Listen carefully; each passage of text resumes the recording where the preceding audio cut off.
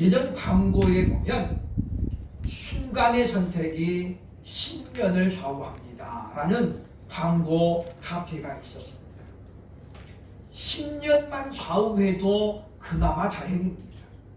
때로는 어떤 선택은 평생을 좌우합니다. 지난주에 우리나라의 세기의 이혼이라고 하는 그런 판결이 있었지요.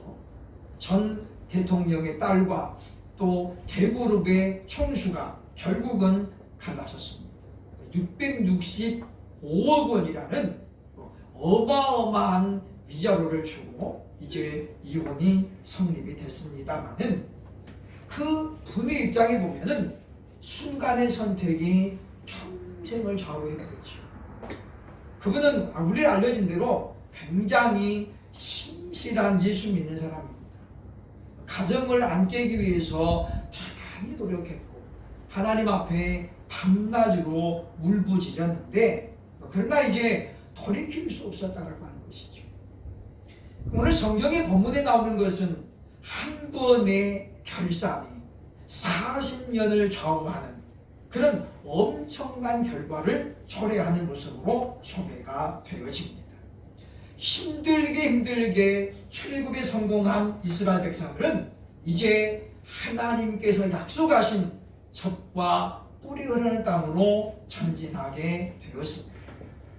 파란 광야 가데스에 도착한 이스라엘은 모세에 의해서 이제 각 지파에서 대표 한 명씩을 뽑아 12명의 정탐꾼들을 조직하게 되어집니다.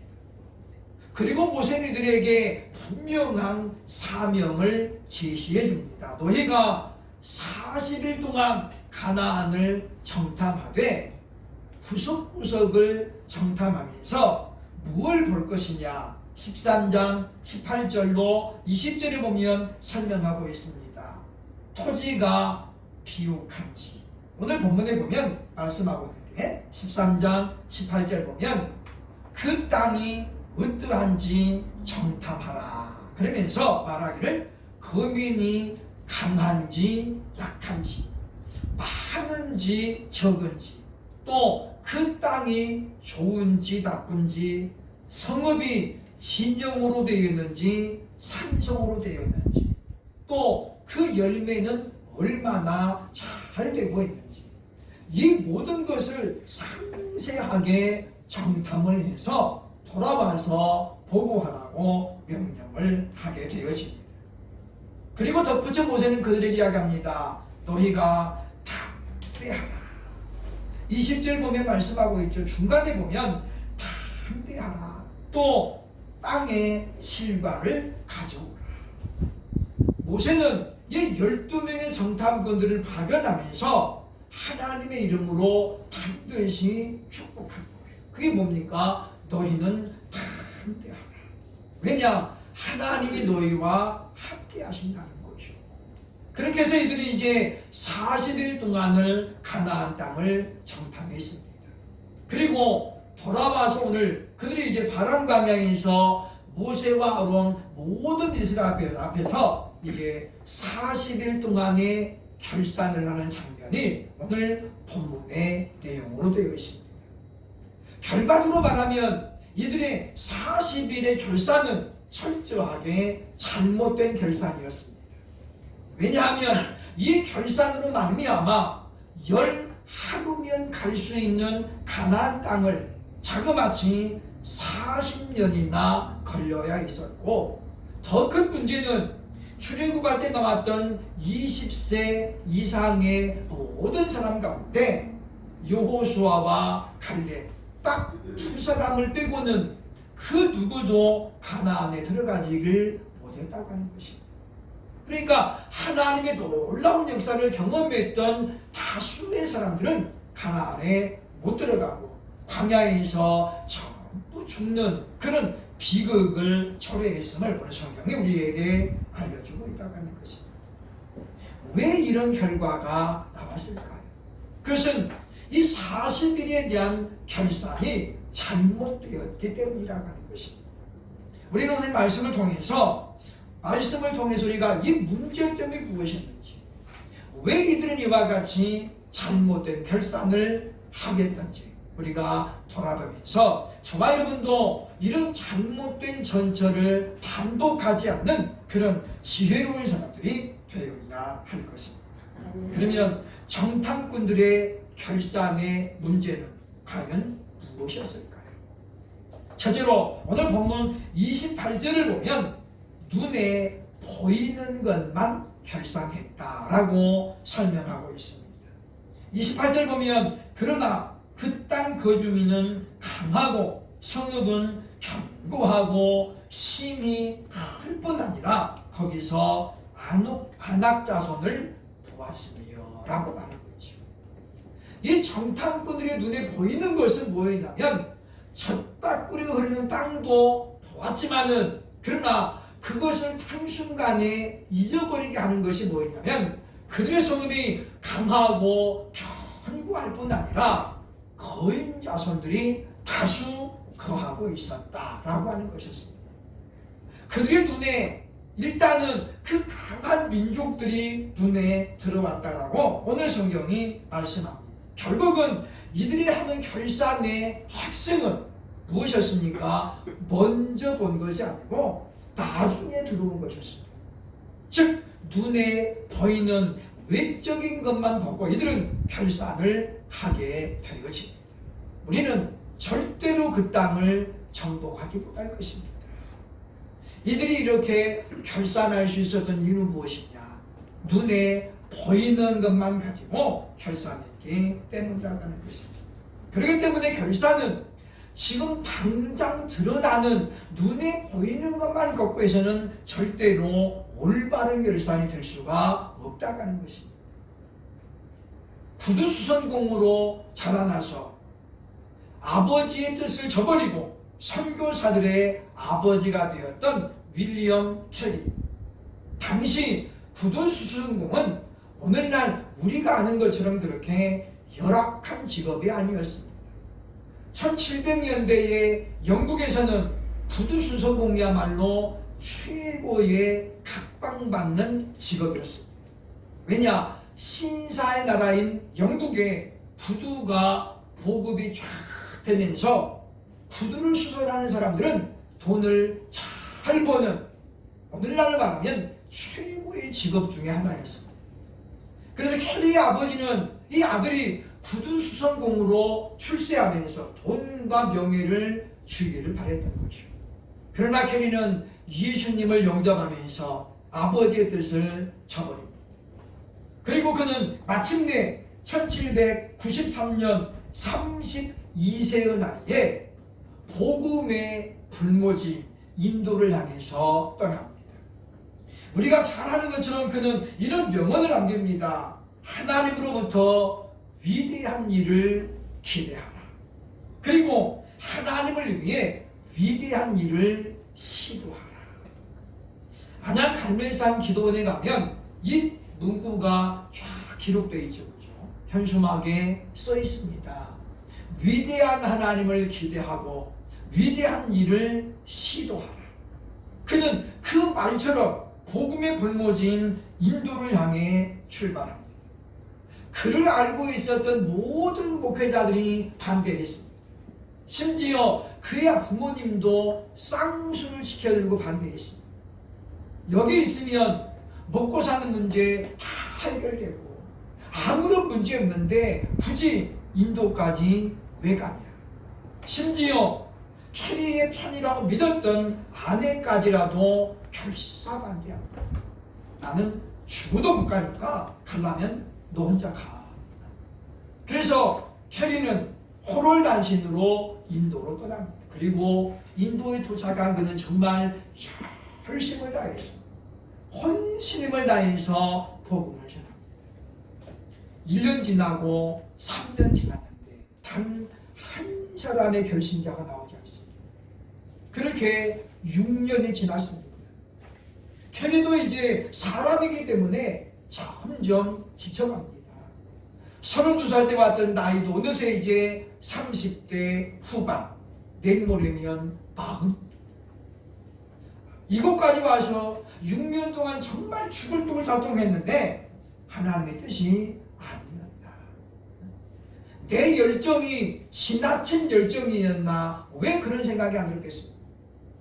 그럼에도 불구하고 그가 하나님께 약속했던 말씀, 이사야 6장에 나오는 누가 나를 위하여 가고 그 음성 앞에 내가 여기 있나이다, 내가 가겠습니다. 그 말씀을 떠올리면서 캐리는 7년째를 맞이합니다.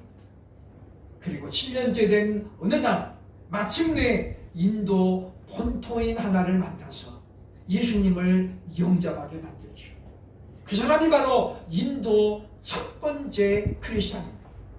이 한 사람의 시작으로 말미암아 7년째 되는 날 그는 이제 여러 명의 결신자를 얻게 되어지고 그들은 말 그대로 배세위수를 여기면서 인도에 수많은 교회가 생겨지는 결정적인 계기를 만들게 되어졌다고 하는 것입니다.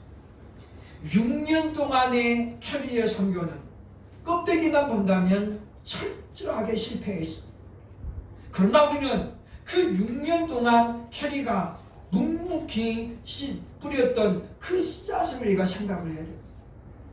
캐리의 6년간의 선교는 실패가 절대 아니었다고 하는 것입니다.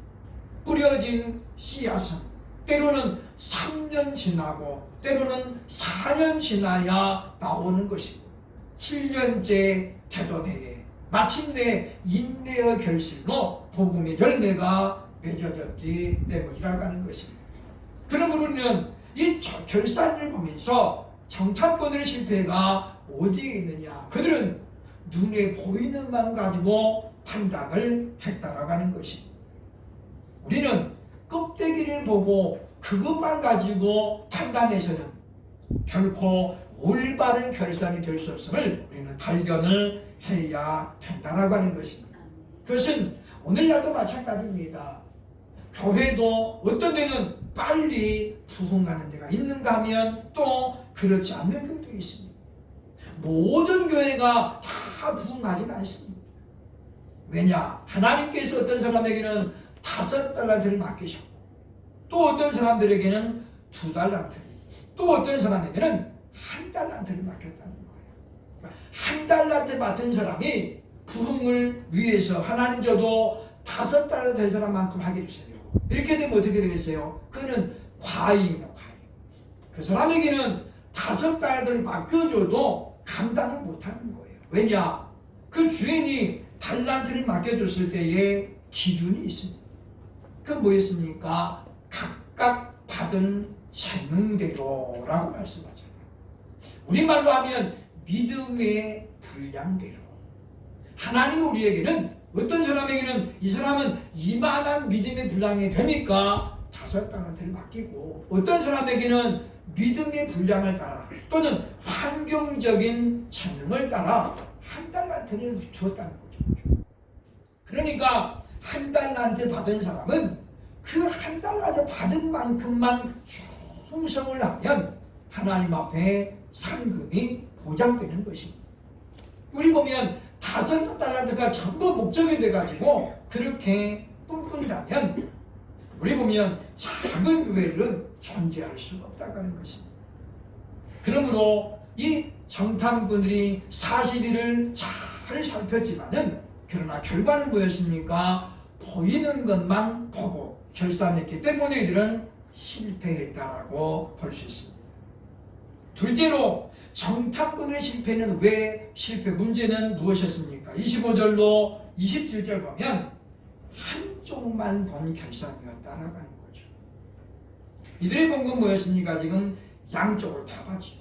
젖과 꿀이 흐르는 땅도 봤습니다. 그 땅에 소산도 봤습니다. 그리고 그들이 본 굳건한 성읍들, 거인들도 봤죠. 그런데 이 공평하게 봐놓고 뭐예요? 판결할 때는 한쪽으로만 쏠려버리고 27절에만 말하고 있습니다. 모세에게 말하이르되 당신이 우리를 보낸 땅에 가본즉 과연 그 땅에 젖과 꿀이 흐르는데 이것은 그 땅의 과일입니다. 이들이 정탐꾼들이 정탐하며 돌아올 때 가나안 땅에 세 가지 과일을 갖고 옵니다. 석류, 그 다음에 포도, 그 다음에 유향이죠. 그런데 이 포도는 당시에 보면 우리가 그림에 나옵니다만은 두 명의 장정이 막대기에 걸고 그리고 들고 가는 거예요. 한 송이에 약 30kg이 나가는 어마어마한 포도송입니다. 강원도 원주에서 모 집사님이 이스라엘에서 포도 그 씨를 가져다가 농장을 하려고 몇 년 동안 시도했습니다. 크기는 거봉관한 크기로 성장이 됐습니다. 그런데 송이가 성경에 나오는 만큼 그렇게 안 되는 거예요. 왜냐하면 첫째, 토양이 달라요. 그리고 이스라엘은 비가 많이 안 오잖아요. 우리나라는 비가 많이 오잖아요. 이스라엘의 10배 이상 비가, 10배가 뭡니까? 우리나라는 30배 이상 비가 오잖아요. 더군다나 6월, 7월 장마철 되면 어마어마한 물폭탄이 쏟아집니다. 그래서 이분이 몇 년 동안 고생하다가 이거는 안 되겠다. 결국 이제 정리를 했던 그런 일이 있었던 것을 보게 되는데, 이들은 그런 결과를 봤잖아요. 그럼에도 불구하고 그것은 싹 잊어버리고 한쪽만 보게 되어집니다. 교회 결산할 때 우리가 전체를 봐야 됩니다. 수입만 보고 판단해도 안 되고, 지출만 보고 판단해도 안 되고, 그 다음에 잔액만 보고 판단해도 안 됩니다. 수입이 많았으면 왜 많았는지, 지출이 많았으면 왜 많았는지, 불필요한 것들은 없었는지 전체를 봐야 된다는 거죠. 한쪽만 보고 이번에 성공했다 이렇게 판단하면 대단히 위험하다라고 볼 수 있다는 것입니다. 그러므로는 이 결산할 때 무엇입니까? 반드시 분석이 필요한 거예요. 무엇 때문에 지출이 많았는가? 가정의 주부들이 가계부를 쓰잖아요. 저도 이제 차량을 운행하다 보면 차계부를 씁니다. 차계부. 근데 어떨 때는 지출이 많을 때가 있습니다. 제가 반드시 들여다보지요. 이때는 왜 이렇게 차량이 돈이 많았나? 그러면 이제 타이어를 교체했다거나, 덩치가 큰 가격에 나갔을 때는 지출이 늘어나게 된다는 것입니다. 어떤 한 사람이 경험이 전혀 없는데 식당을 운영하게 되었습니다. 소문을 해가지고 장사가 잘 된다고 소문난 그 식당을 인수하게 됐습니다. 사람들의 권면을 듣고 정말로 장사가 잘 되는지 가보기로 했습니다. 사장님, 제가 언제 한번 가보겠습니다. 통보를 하고 갔더니 정말 사람들이 막 바글바글 하는 거예요. 그래서 이 사람이 이제 내가 이거 그냥 운영만 하면 이제 정말 돈다발은 긁어 담겠다. 그렇게 해서 한 번 보고 인수받았습니다. 개업한 날 사람들이 많았습니다. 그런데 그 다음 날부터 파리가 나기 시작합니다. 나중에 알고 보니까 이 사람이 내가 한번 그날 가보겠습니다 라고 말했던 날은 전 사장이 뭐예요? 자기 아는 사람을 다 동원해가지고 일부러 다 채우는 거였어요. 실상은 그렇게 장사가 잘 된 가게라면 왜 넘기겠습니까? 근데 우리는 그런 착각을 하는 거예요. 그렇지 않나요? 여러분 생각해봐요. 장사가 잘 되는데, 눈코뜰 잘 되는데 무엇 때문에 넘기겠어요? 돈이 싫어서요? 아니죠. 뭔가 지금 문제가 있으니까 넘기는 거예요. 근데 사는 사람은 뭐예요? 그 생각을 전혀 못하는 거죠. 자동차를 살 때에 사는 사람들은 이야기합니다. 좋은 차를 싸게 사고 싶습니다. 저도 우리 차 살 때 몇 번 그랬거든요. 그때 그 딜러가 그러더라고요. 목사님, 입장을 바꿔보고 생각해 보세요. 좋은 차인데 목사님 같으면 싸게 팔겠습니까? 돈이 남아도는 몰라도 어떤 사람이 좋은 차를 싸게 팔까요? 그건 절대 있을 수 없는 겁니다. 그러니까 사기를 당한다는 거예요. 저하고 우리 시흥이 우리 김균 목사님하고 사기당하려고 문턱까지 갔는데 우리가 너무 차이들 모르니까 이 딜러분이 엘리베이터 타면서 얘기를 해주는 거예요. 두 목사님이 너무 순진한 것 같아서 제가 얘기해 주는데 목사님 2차 사면 안 됩니다. 자기는 이제 계약서 썼어요. 우리 지금 구청에 가는 거예요. 구청에 이제 지금 등록하러 가는데 이분이 우리 둘을 보더니 너무 안 된 거예요. 너무 세상을 좀 모르는 목사들이 이거 2차 사면 분명히 바가지 써가지고 앞으로 계속 힘들 텐데 뭐 우리는 그냥 막 싹게 샀다고 하면 이게 있으니까 이 사람이 어떻게 보면 우리가 불쌍해 보는 거예요. 그래서 목사님 2차 사면 안 됩니다. 그러면서 그런 차에 대해 쭉 설명을 해주시는 거예요. 우리 사기를 당하려면요 이 앞뒤를 분간을 못해요. 그래서 우리가 계약서 쓰고 가다가 어떻게 해요? 결국 엘리베이터 내려서 돌아왔어요. 그때 제가 얻은 교훈이 뭐냐면 좋은 차는 싸게 살 수 없다. 요거 답입니다. 그러니까 우리가 그런 착각을 빠지거든요. 장사가 엄청 잘 되는 가게인데 왜 넘기겠어요? 그죠? 넘길 까닭이 없는 거예요. 뭐가 지금 문제가 있으니까 넘기는 거예요.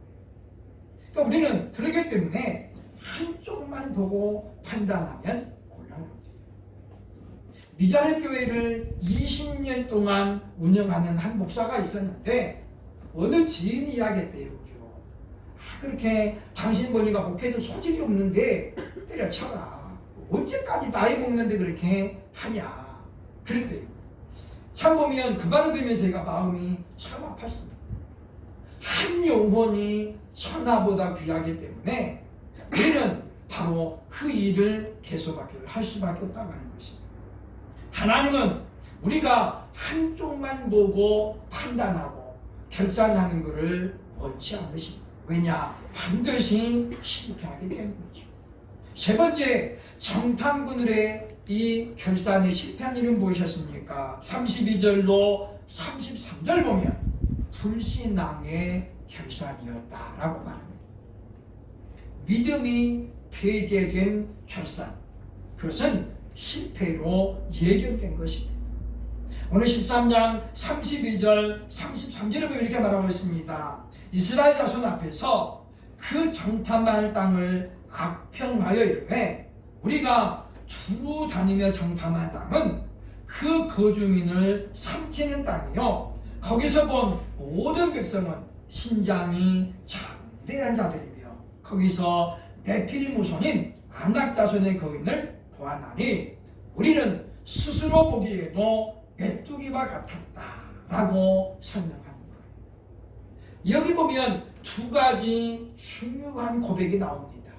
하나는 바로 그 땅은 거주민을 삼키는 땅이라. 하나님께서 하나님의 영으로 이 정탐꾼의 입술을 통해 이렇게 지금 이제 고백하면 안 되는 거예요. 그 땅은 그 거주민들을 삼키는 땅이래요. 무슨 말입니까? 그 땅은 지금 살고 있는 가난한 사람들을 망하게 할 땅이라는 거잖아요. 사실이 그렇죠, 그죠? 왜? 이제 모세가 들어가면 그 땅은 망하게 돼 있어요. 그런데 그렇게 고백을 하면서도 이 사람들은 그게 무슨 말인지 전혀 몰라요. 그러니까 그 땅은 내버려둬도 망한다는 거잖아요, 그죠? 그럼 어떻게 우리가 들어가서 차지하면 되잖아요. 그런데 고백을 해놓고도 뭐요? 전혀 못 알아요. 자기들이 해놓고 무슨 말인지 몰라요. 그러니까 그 땅은 그 거주하는 땅을 삼키는 땅이다. 그 다음에 뭐라고 그랬습니까?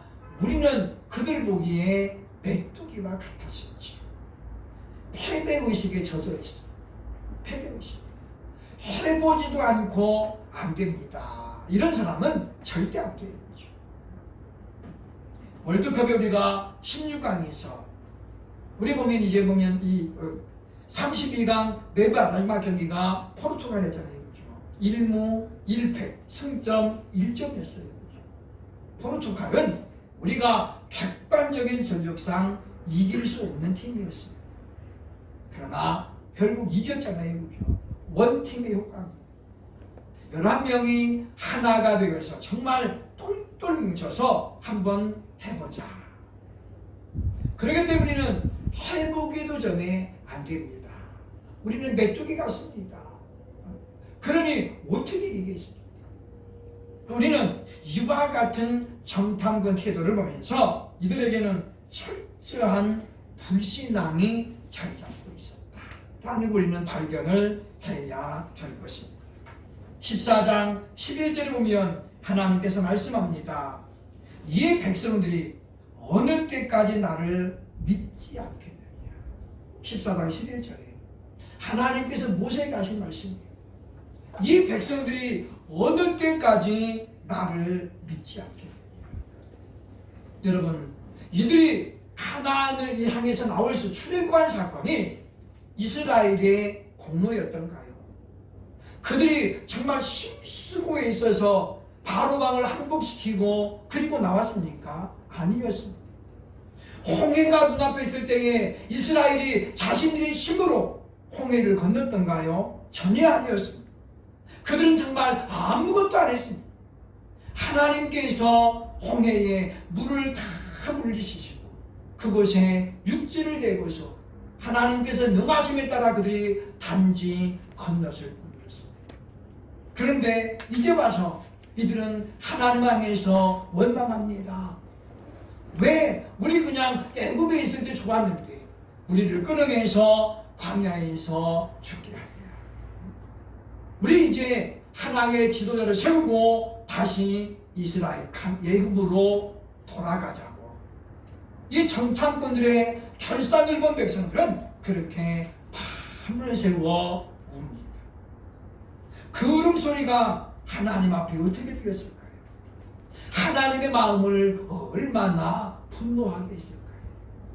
10번의 재앙을 통해서 너희들을 노예에서 해방시켰고 그리고 이제 젖과 뿌리는 땅으로 인도하려고 하는데 그들은 그것을 모르고 지금 눈앞에 보이는 것만 가지고 하나의 현상만을 가지고 하나님을 향해서 지금 불신앙의 고백을 하고 있을 때에 과연 하나님은 그들을 보고 무슨 생각이 들었을까요?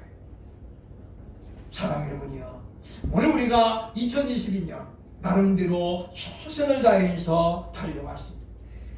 우리가 만족할 만한 결과가 있는 분도 있을 것이고 또 그렇지 못한 분도 있을 것입니다. 그러나 중요한 것은 우리 힘만으로 올 한 해를 달려온 것이 절대 아니라는 것입니다.